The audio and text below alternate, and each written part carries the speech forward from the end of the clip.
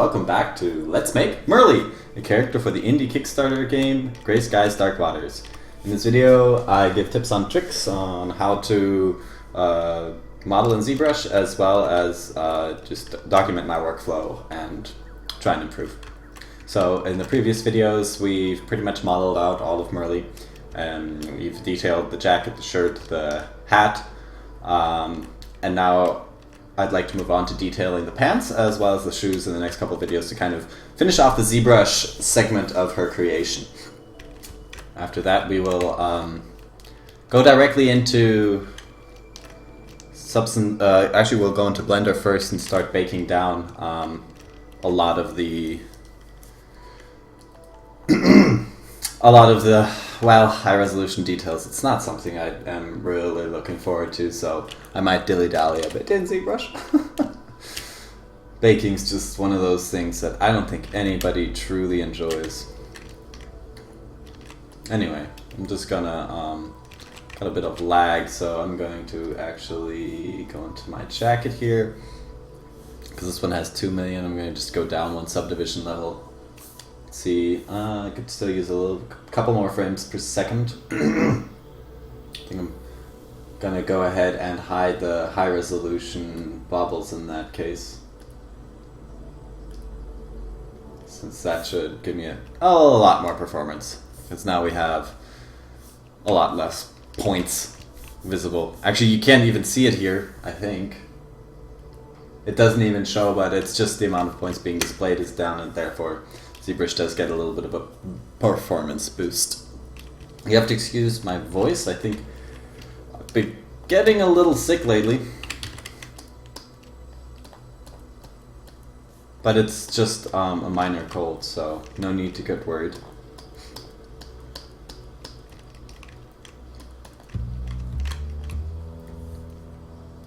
So, something that's a little unfortunate, I guess we'll just have to live with it, is that these pants have two sides, so I'm going to kind of have double the poly count if I was sculpting them one-sided. It says benefits and drawbacks, but since I've got these holes here, I really don't see any other way to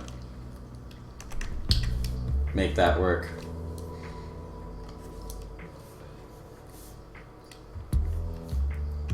One thing that I'll probably want to do, I'm going to actually take these fiber meshes and see if I can go ahead and do a convert BPR to Geo, just so I can sculpt them, and just get into my deformation palette and smooth them out, just to skinny them out a bit. Then what I want to do, I think, is kind of just isolate a couple of these.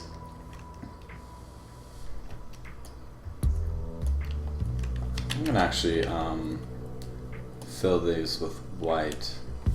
Is that not gonna? Oh, I see how it is. Maybe go to Geo. Okay. Fill these. There we go. That just gives me a bit more control here. Now I'm going to take a bunch of these, and what I want to do is create kind of a couple of those seams which go across the pants hole. So I've got these unmasked. I'm gonna actually just duplicate them like this, and manually position these across the hole, because sculpting something like that with fiber mesh, I don't know, I feel like it would just not be worth the effort to try and get that in perfectly. I've got more control with points. I'm gonna turn on AccuCurve because this is the end tip point. And I want that to be sharp as fuck. There we go. I'm gonna turn off AccuCurve because I want to kind of make this as unpointy as possible. Okay, there we go. And now that I have this strand here, I think I'm just going to go ahead and copy it a couple times. Try and not make it too copy looking, but I think at this distance it doesn't really matter that much. Now, I also would really like these other fibers to kind of be filled so that they're white. I think what I'll go ahead and do is turn down my smooth brush a bunch. Try to kind of get them nice and smooth here. They're probably just going to read like noise in the actual map, but well, I think I'll have to sculpt most of it directly into the pants anyway. So for the pants, switching here, what I want to do is kind of mask out this region here.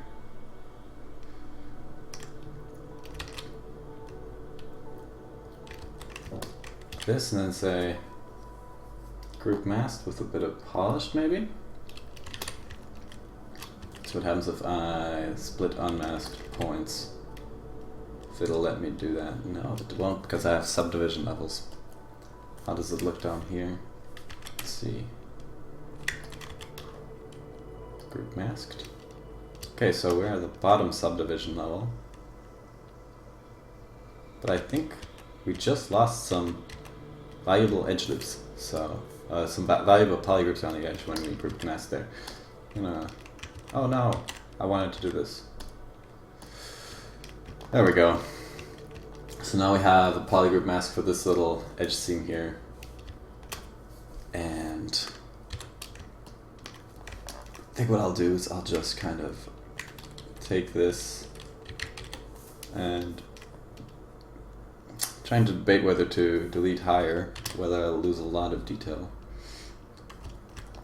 I don't think I will delete the higher. But what I could do is just kind of take this inward a bit.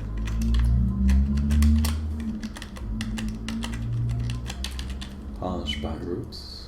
There we go. Let's turn on mask by polygroup. Alright, let me try one more thing. Now it's going to be edge loop masked border. No, can't be done with subdivision levels, which makes sense.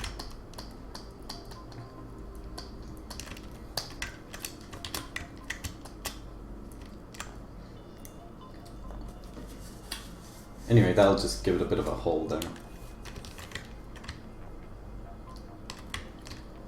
So we have these frayed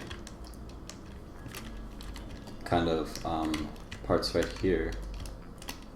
I want to make them a bit thicker so that they look more like they've just been kind of ripped open.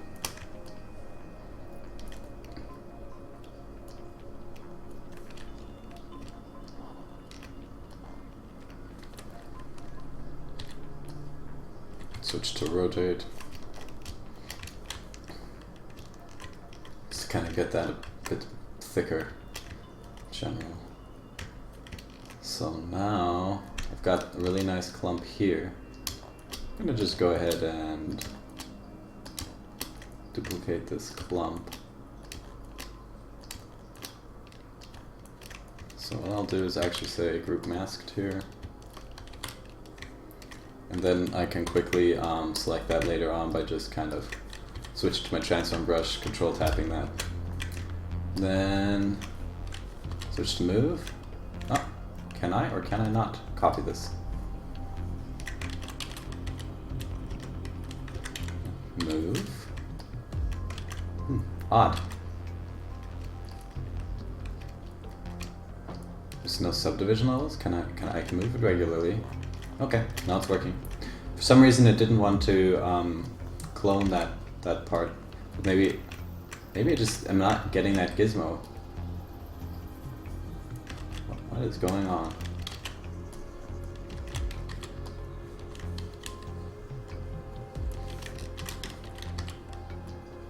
Oh, that's pretty odd. I've never actually had this happen before. I'm not sure what's happening, but it seems to have kind of like frozen it. It's not letting me move it at all.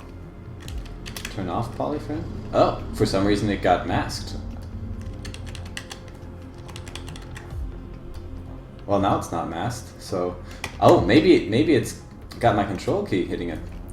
Ah, it seems like my keyboard actually got stuck on the control key and I was in control brush mode. Well, this is really odd.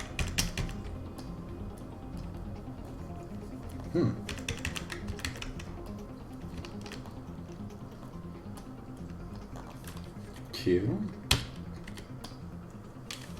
Nope, that's definitely not helping. Okay, I've got one move. Let's see if it lets me do another one. Yep, okay, seems to be working fine again. Oh, now it's gone. Well, that is odd. Switch back. Nope. Switch around here. That is really odd. It seems like when I'm rotating my view, that is actually stopping the...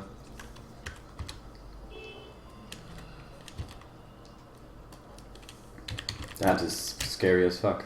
I'm actually gonna just use the move brush now. It's not gonna be as accurate, but shouldn't be tragic for this. I'm actually scared. I don't know what this is. Not being able to use my transform gizmo. That has me shaking in my boots. I'm not wearing boots, but figurative boots. Damn. Anyway, I'm gonna go ahead and actually start sculpting now. Seems awfully smooth for... Okay. I'm gonna give it one more subdivision level. And switch to my standard brush. Unmask this, and I wanna take the sea intensity down a bunch and kind of add these seams along the edge here. I think I can do that in and I'm just doing this by kind of moving my brush up the edge here and toggling the Alt key just to sometimes add and sometimes subtract. I'm trying to kind of move it in with these larger shapes. Kind of, but very, very subtly, just to give it a bit more variation, make it seem like it's actually sewn up here. So usually in these corners they've got this kind of thing. And this usually takes me a couple tries to get into, so I might go in and kill all of this.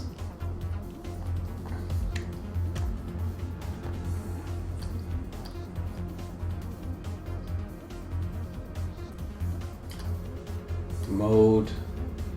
Somewhere there's a lock window. Oh, it's not locked. There we go.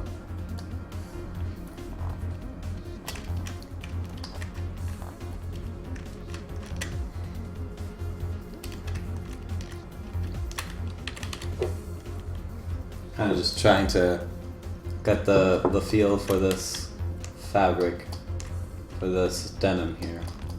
That just always takes me a couple tries to really get into again. Huh, I thought I had added a coin pocket at some point, but I guess I didn't. It's unfortunate. 'Cause that's one of those details that can really kind of sell, in my opinion. It's like having just a coin pocket there. Huh, so that inner portion is definitely given me some trouble. But I guess it's too late now and we're not really battling the polygons.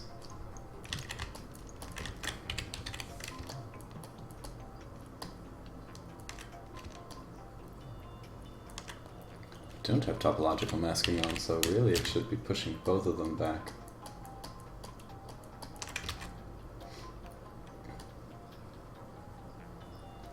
This is gonna kind of go inside here and make a bit of a pouch shape.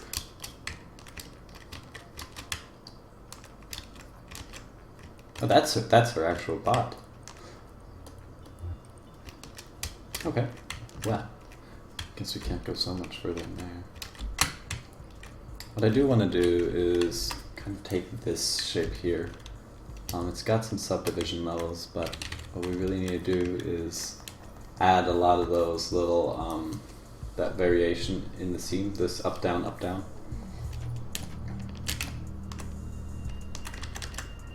It's a bit too strong.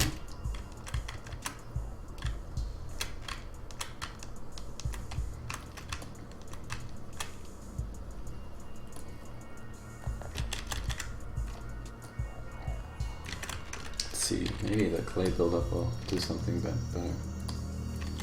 So we have mask. Oh, that's why it was doing the inside of the pocket here. It's because I had mask quality groups on. I totally forgot I had that on. I'm gonna turn this off. A little bit more intensity now. Kind of just give this texture all the way up, make it look a bit more organic. It might be a little bit too much, but I think since we're baking this down, it's better to do a little too much than too little.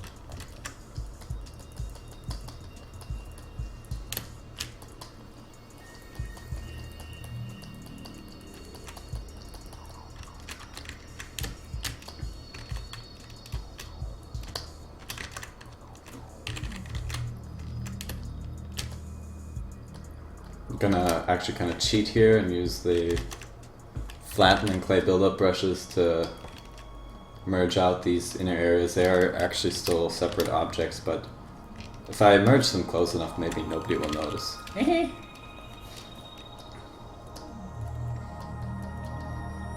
Got a bunch of more variation along this crease. Same thing here, clay buildup.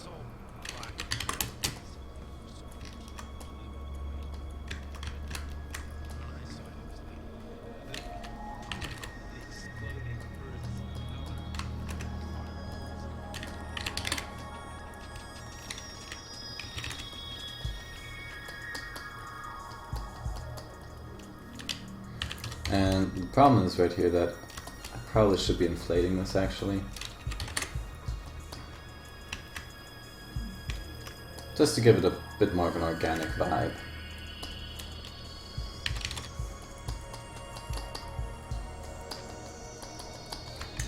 If it's not exactly on the mesh, I'm not worrying about that consciously, because this detail is not going to be in the actual model, it's going to get baked down, which means that in the end there won't be any visible differences between the two meshes. So even if I kind of am a bit messy here, it's all going to get baked. Bake to bake to bake.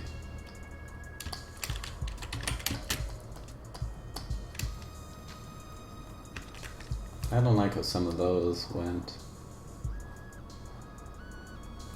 This ended up being a little bit too fat, so I'm going to come back in. Fuck those undo steps. I don't care. I'm a badass and I just throw away all of that work because it's not meeting my standards. That's just how I roll, and I'm still faster than your mother. Even throwing away all those undo steps.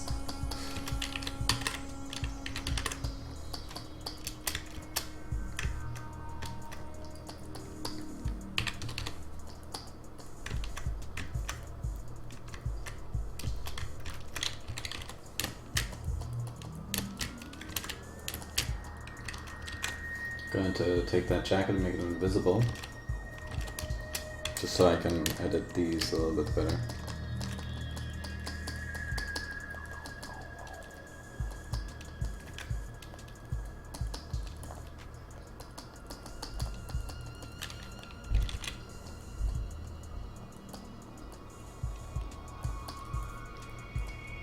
It's all gonna get baked, so I kind of realized that maybe not everybody is familiar with the process of baking. That is not referring to any sort of substance abuse, albeit, well, it is referring to a digital substance abuse, because I use Substance Painter in order to bake my character models. So basically, baking refers to putting the high-resolution details on this multi-million polygon model onto an optimized model.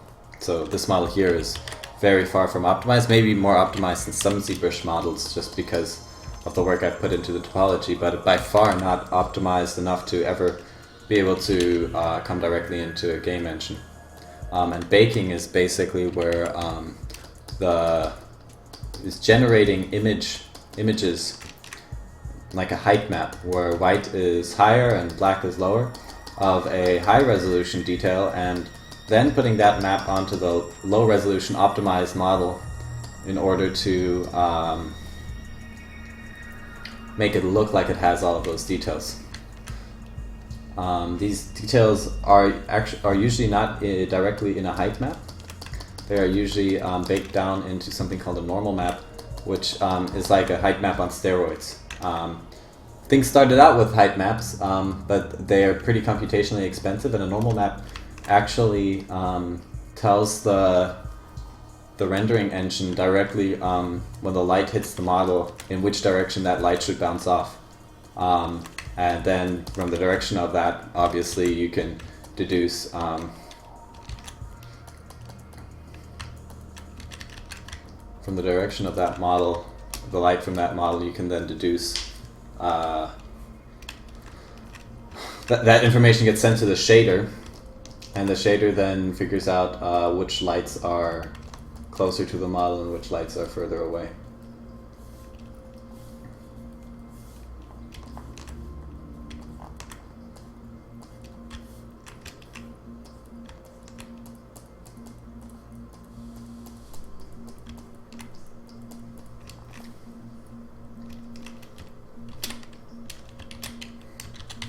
I don't like how bulky this part is right here.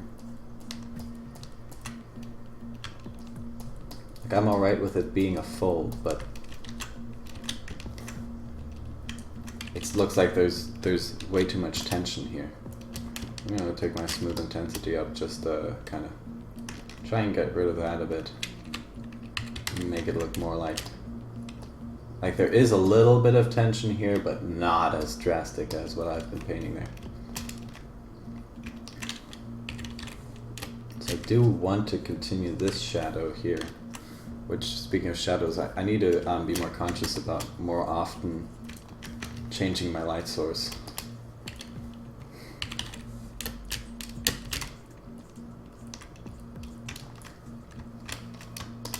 Shadow's a little bit too hard over here. I'm just working with a very wise person, Scott Spencer. When I was first getting into ZBrush, I read his book, Artistic Anatomy, and that book is still influencing how I sculpt today. She is probably one of my favorite artists. Not necessarily in the work she does, but just in how well she can teach. It's incredible. I've learned so much about art and the way light works, and basically what she said was, you're not sculpting a physical object with a physical room, you're basically just sculpting the shadows. And I was like, that's a really odd way of looking at things. But after I kind of thought about it, I realized, well, we never see an actual three-dimensional object. Even these screens that we're looking at are just representations of two-dimensional, are basically just kind of translating three-dimensional objects into a 2D space for us to see. Same with the light we see in our eyes. There's no three-dimensional objects that we see. We just see a representation of light and dark shadows, which then get processed by our brain in order to create a reference to a three-dimensional object. But, hey, what I totally forgot to do was make that button from the button brush, which I couldn't find that day. But yeah, so long story short, we're not ever able to even capably understand a three-dimensional object with our two-dimensional eyes. So when sculpting a three-dimensional object, we're just sculpting a reference. Let's see what kind of a button is that. Kind of want to have a small one, kind of like this. How's that angle working? I like how I want to make it big, so that she looks more like a little kid, and that'll read better from far away. Yeah, I like that. I'm gonna go back to working on this fucking fold here. I just can't seem to make it work correctly.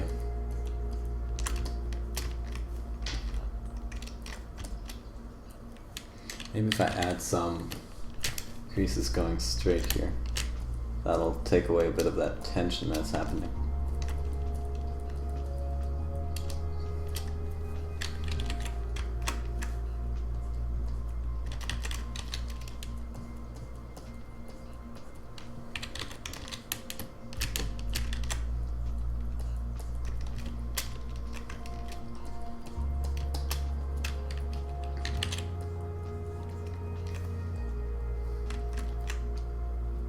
think the general form of this, got mask polygroups off, it's just a little bit too much.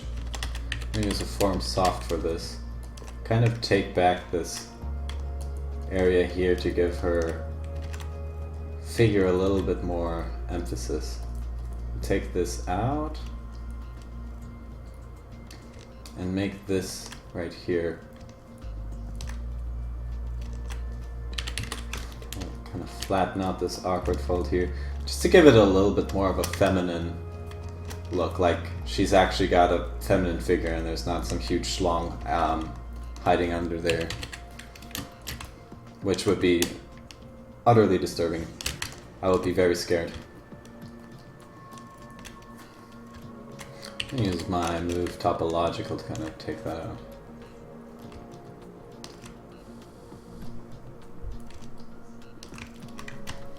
There we go. That is looking a lot better.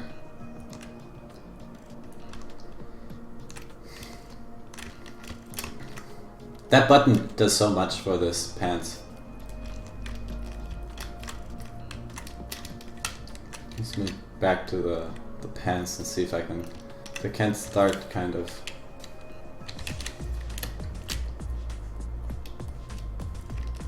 working this out. Just make a kind of a mini seam there. It's not actual daddy seam, but it's just a small one.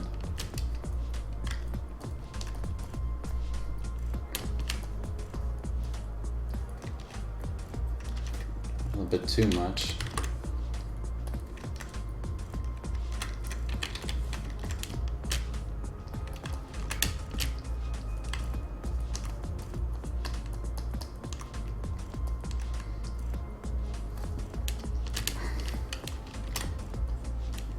No, I do that.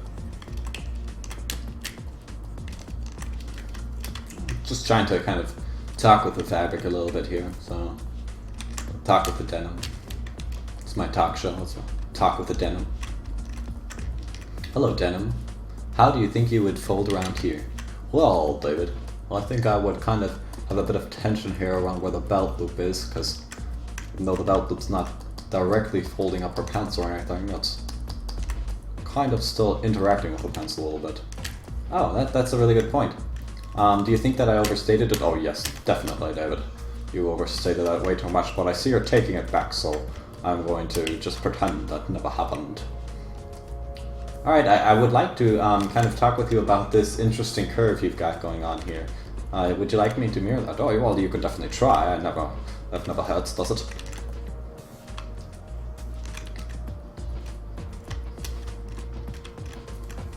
Well, David, I think that the frequency of these details here is kind of getting on my nerves. Could you just tone it down a bit? Why, of course, Mr. Denim.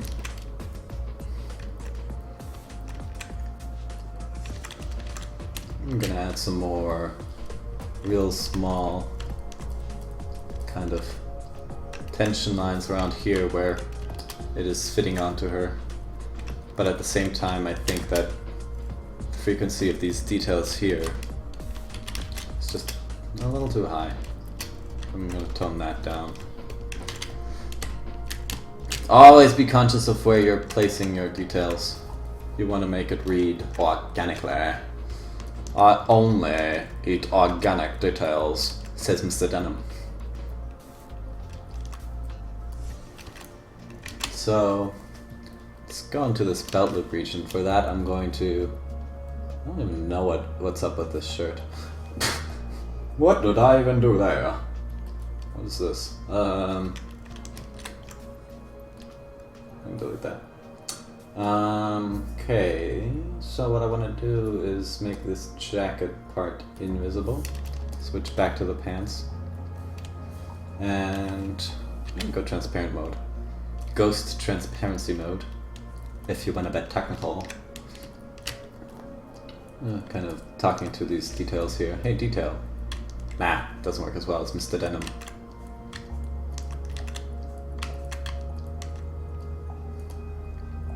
Add a little bit more noise to these.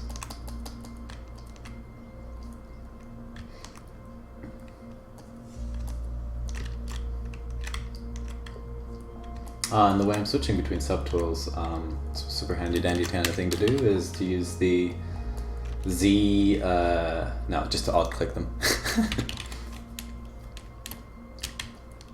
No fancy Z's here, just alt-clicking on them to switch.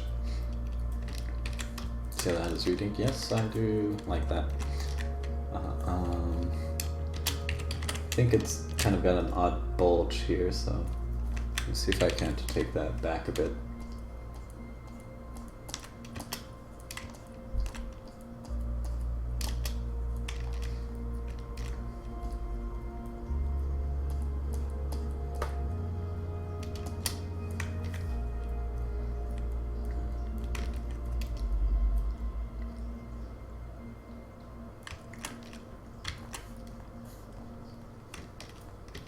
I'm going to add a couple more high frequency details here.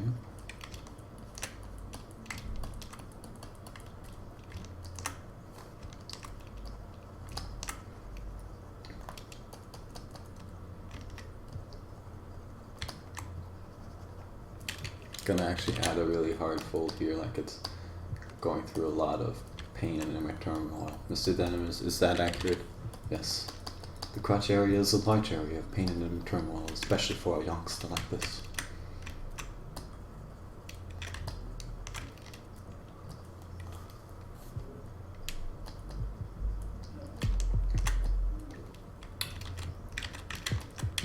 Switch to the paint. Add some tension lines around this button, like it's actually holding them. I'm gonna use the inflate here just to get this edge real nice. Something I'm gonna have to decide when I finish up the model is if I'm going to actually keep the thickness, and I probably will be forced to do that at least in part.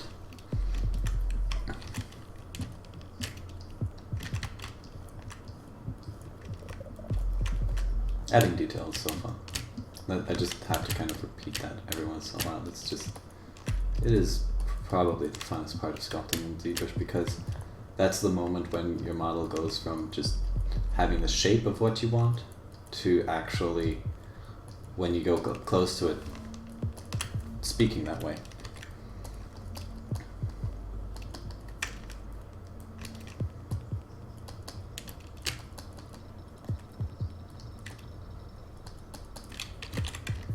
Gonna manually add some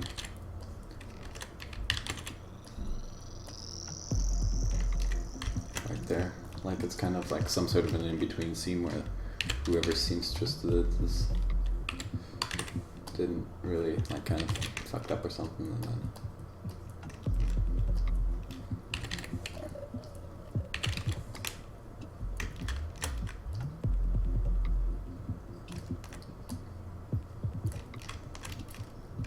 something that really helps sometimes is just to go through and add a little bit of that center bulge for these seams. Oh, this is so fun. If you ever are sculpting pans, like when you set everything up correctly and there's nothing really annoying the hell out of you, and you start sculpting, that is just one of the nicest moments.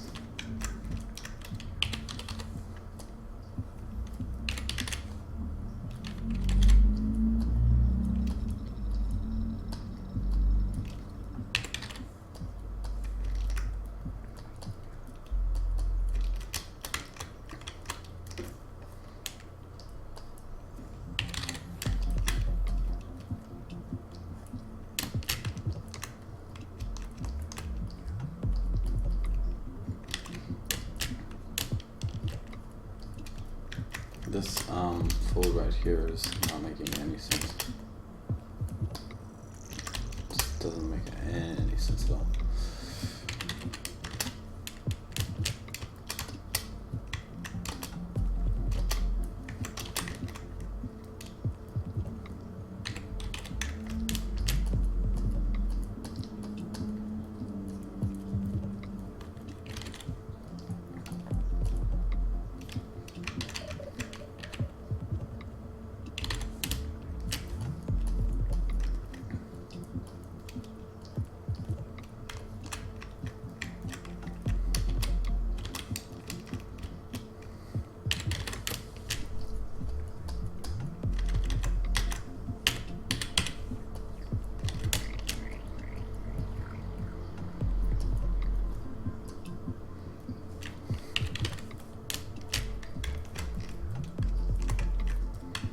So, not much to really say here, just except watching me sculpt this.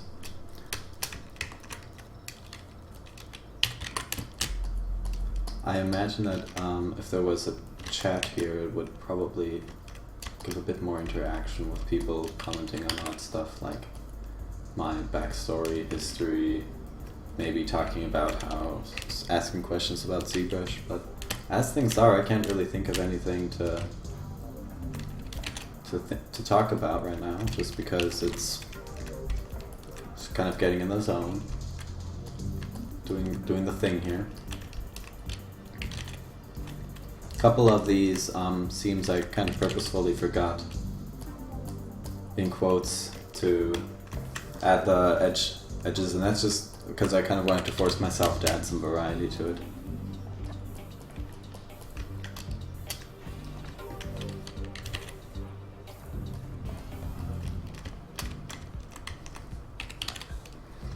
Sometimes I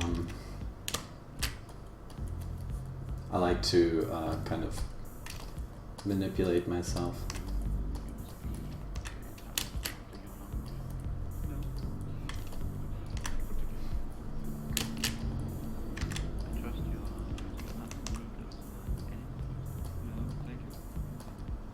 Can add a little bit of volume in these pockets, like they actually have some sort of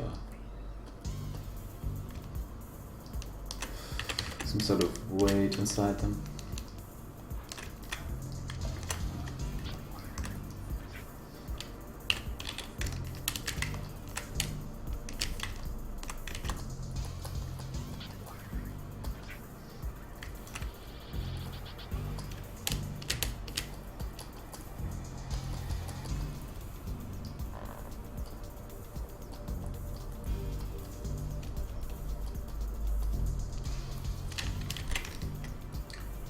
Like these creases kind of go across here.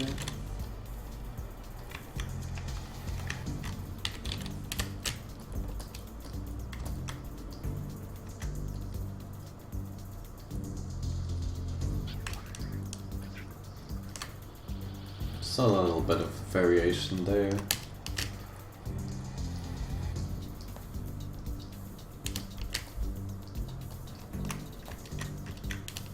Bit of a tension line here where it's attaching to the back belt.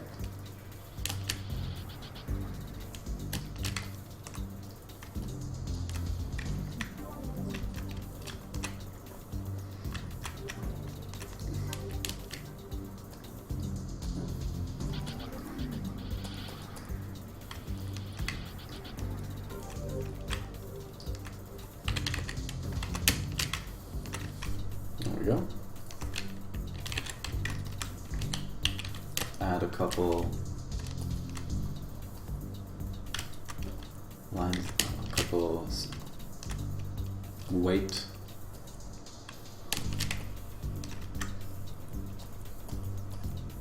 Make this kind of a larger weight area here. Trying to emphasize the bagginess. That was one of the challenges we had from the outside, was making these pants look baggy. I think I didn't like what I just did there, so I was sculpting it back again. Which really I should go ahead and do that, but now it's a bit too late for that.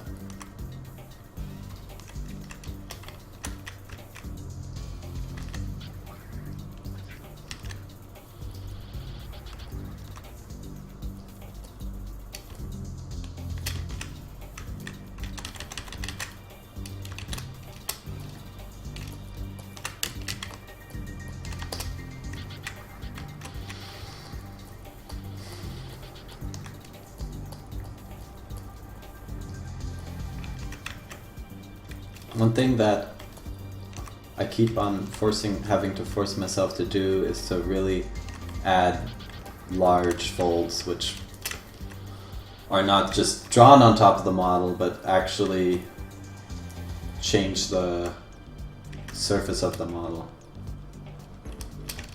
Not too drastic here, but I am going to go over and kind of pull this down a bit.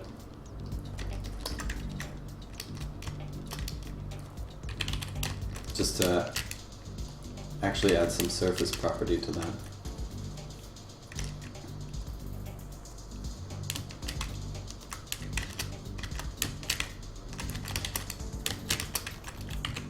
Gonna use my inflate backwards just to, oh, not what I was intending.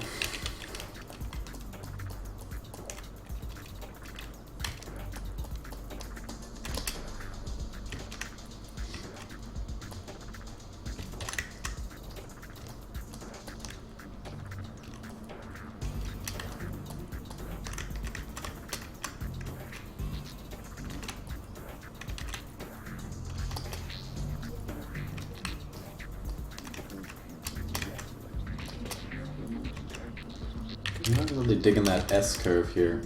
It doesn't make a lot of sense going with the weight of the model, so I'm going to try and tweak that into a more sensible shape.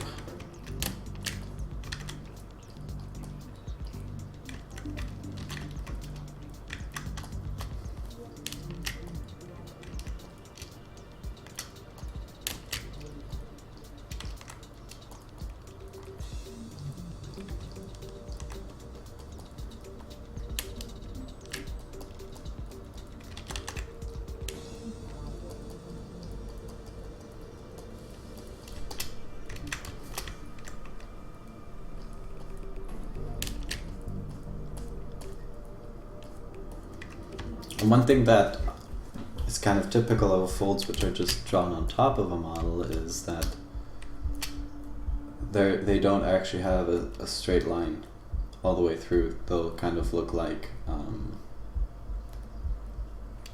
contouring with the model. That's something I try to avoid.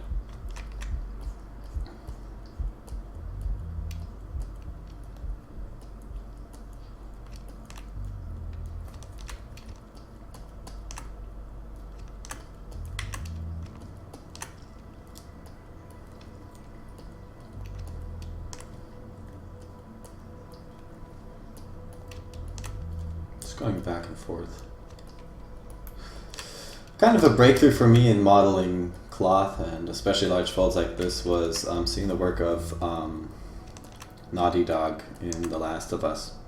They posted it on ZBrush Central, and I was getting ready to watch it, kind of getting ready to take notes on like what kind of special custom brushes they had and all that. And then as they were demonstrating it, they pretty much only used the standard brush, and I was kind of like, huh?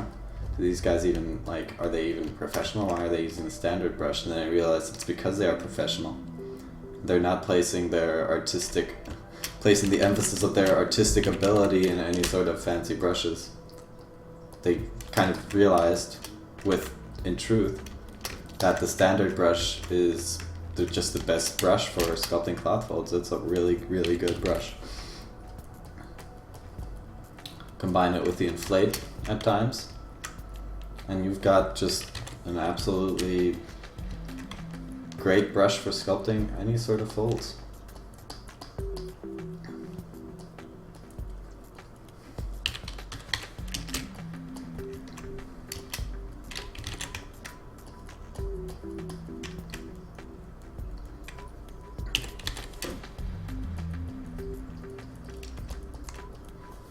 And what's really important in cloth is just getting that zigzag pattern going all the way down. And it's also really important to continually be changing your brush size to match what you're actually sculpting at the moment. I might be a subdivision too high right now, but I'm gonna roll with it. Actually, I'm not, apparently.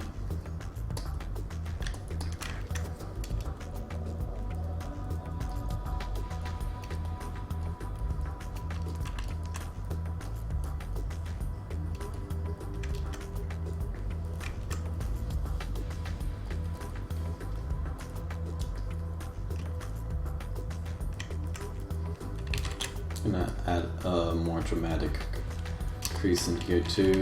Try and take this back. Make this go around like that.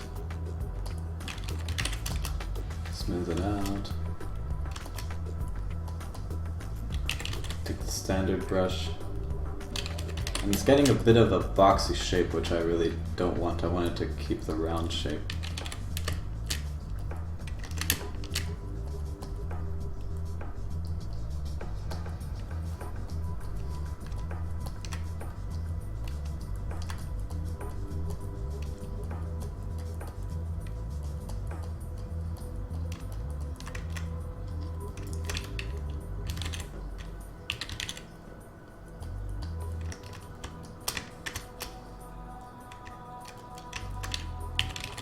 I'm adding a bit too many crinkles for this pose, just because if she ever does walk, it's going to be important for her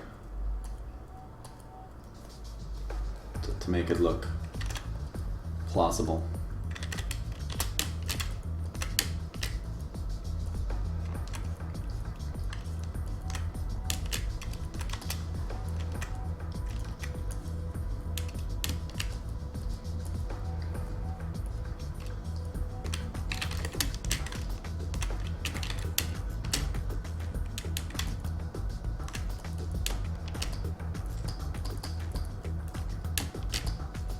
Adding some more variation to the seam here.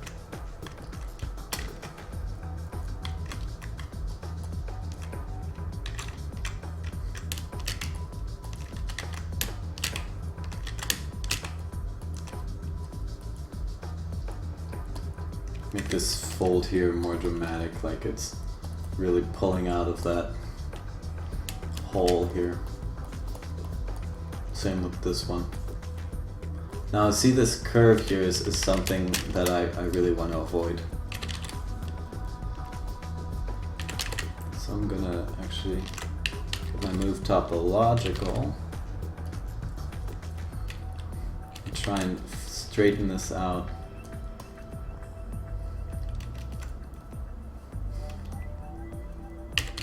Turn on Aku curve. I want to get some really jaggedy edges now. Make it look like this is a really like jank hole. So we're talking grunge era. Switch into these fibers. Kind of move these up here.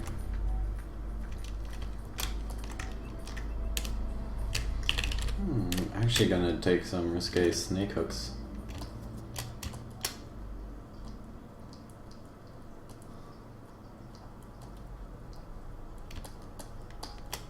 Snake hook brush is a brush which just can destroy your mesh, but it's also kind of nice. So I'm going to probably be deleting most of this area anyway during retopology. I don't mind messing it up a bit.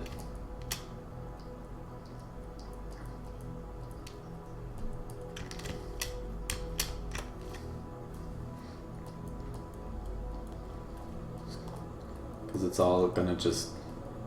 The only thing that's really going to matter for this is the bake. So Snake Hook is a move brush on absolute steroids with Aku curve turned up to 200. What I'm trying to avoid is kind of like these seams. I'm going to turn on mass spec polygroups real quick and just kind of mess this area up a bit.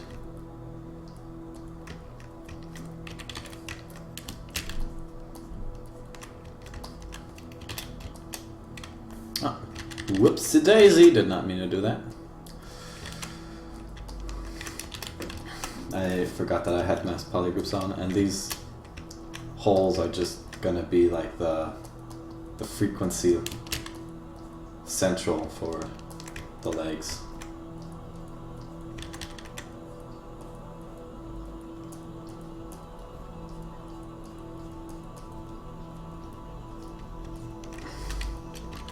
I don't like how that fold works. I'm gonna just keep to it like this, then go down and detail, kind of just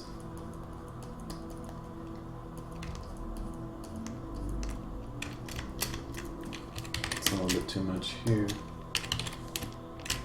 Remember the overall shape and not just get focused on where am I placing my details.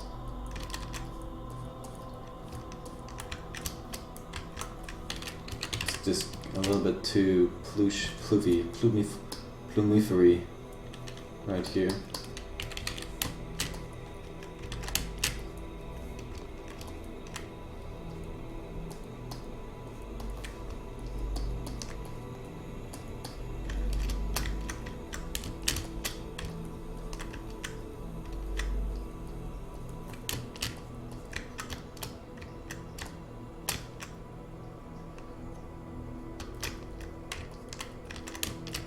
This is adding a lot of weight to this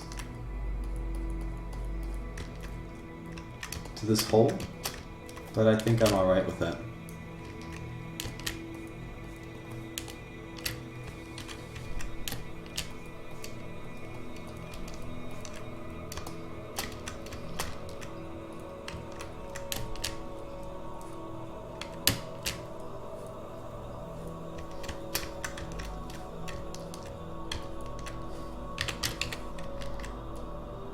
Inflate this fold a bit more.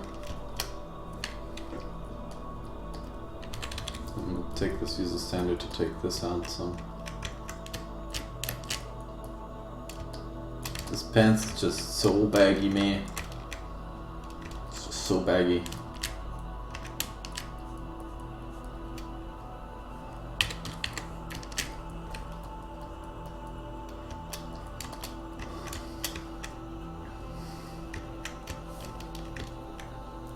Really like feeling that weight here, feeling this pulling down on the pants. It's kind of what I'm trying to talk about here with my stylus. Talking about weight, talking about shadow, talking about light, talking about death.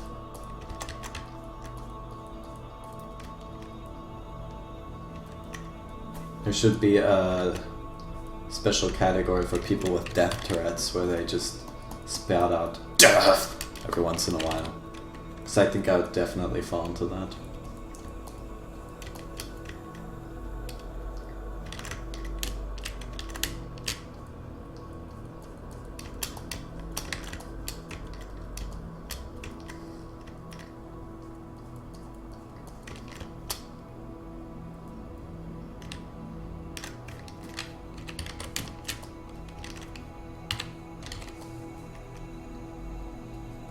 Using a polish brush to kind of even out the surface here where I don't want so much detail.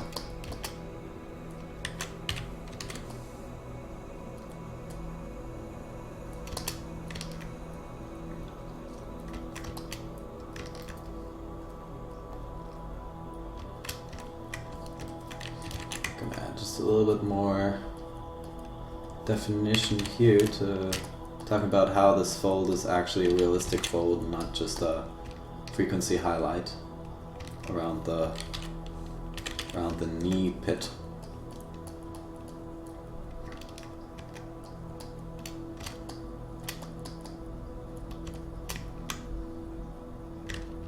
I don't like how that works. I'm gonna undo that. Yeah, don't bug me. I mean, thanks for bugging me, but please.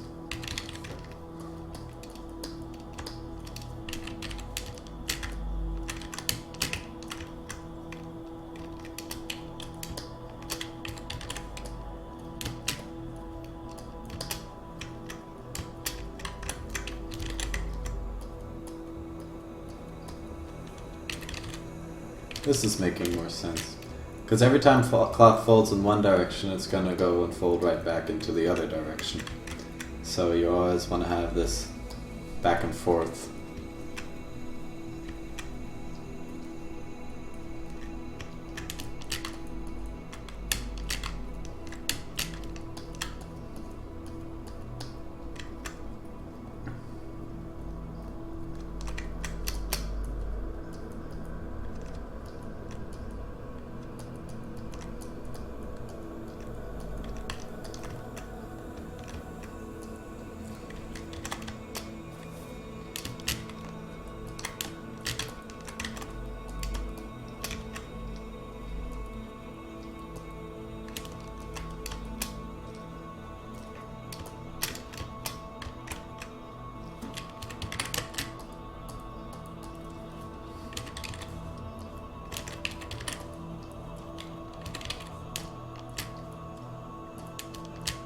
kind of.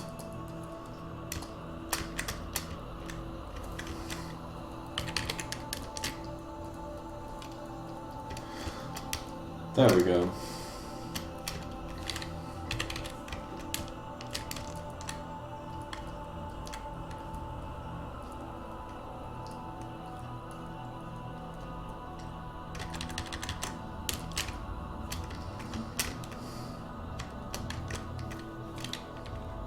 It's a little bit too plushy right here. I'm gonna take that back a bit. I'll try and smooth that out. Then we've got this silhouette here, which I'd like to just take this, make it a bit poofier.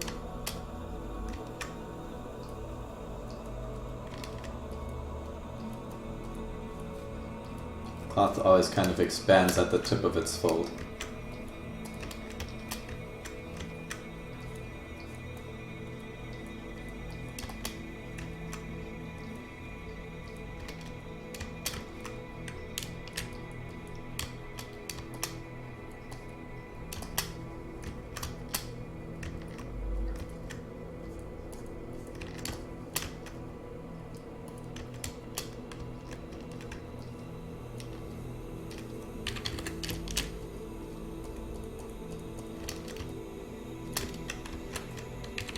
I apologize for the very little, for not being able to talk so much right now. I'm kind of entering a Zen state.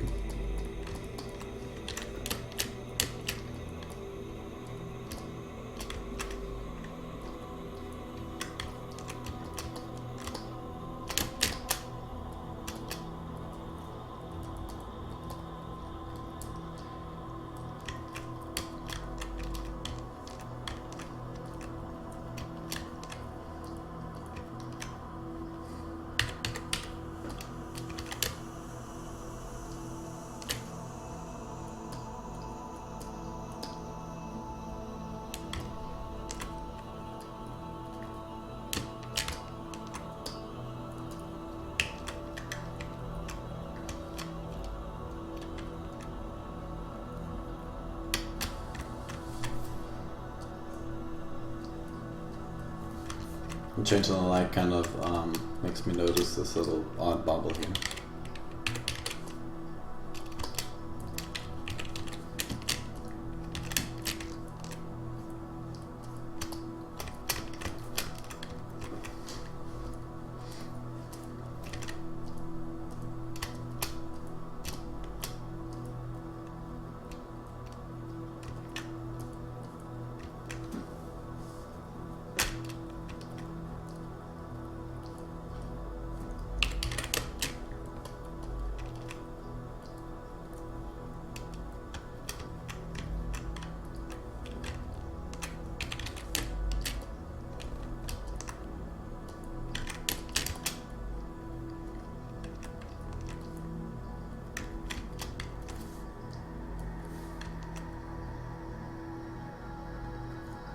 Seems like, see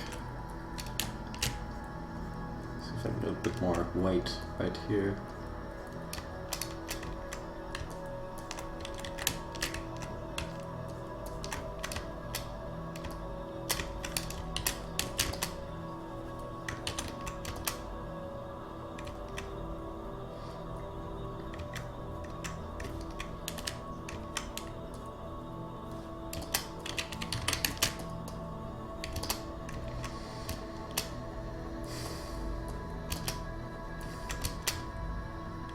Okay, I think that's going to be it for this pants leg. I could go on to infinity and beyond, but I think this will, I think I'm going to say this is good enough. In the next video I'm going to go into the other pants leg and hopefully detail out these lower portions here and maybe move on to the shoes, though I doubt it considering my current pace and the amount of zen I am experiencing.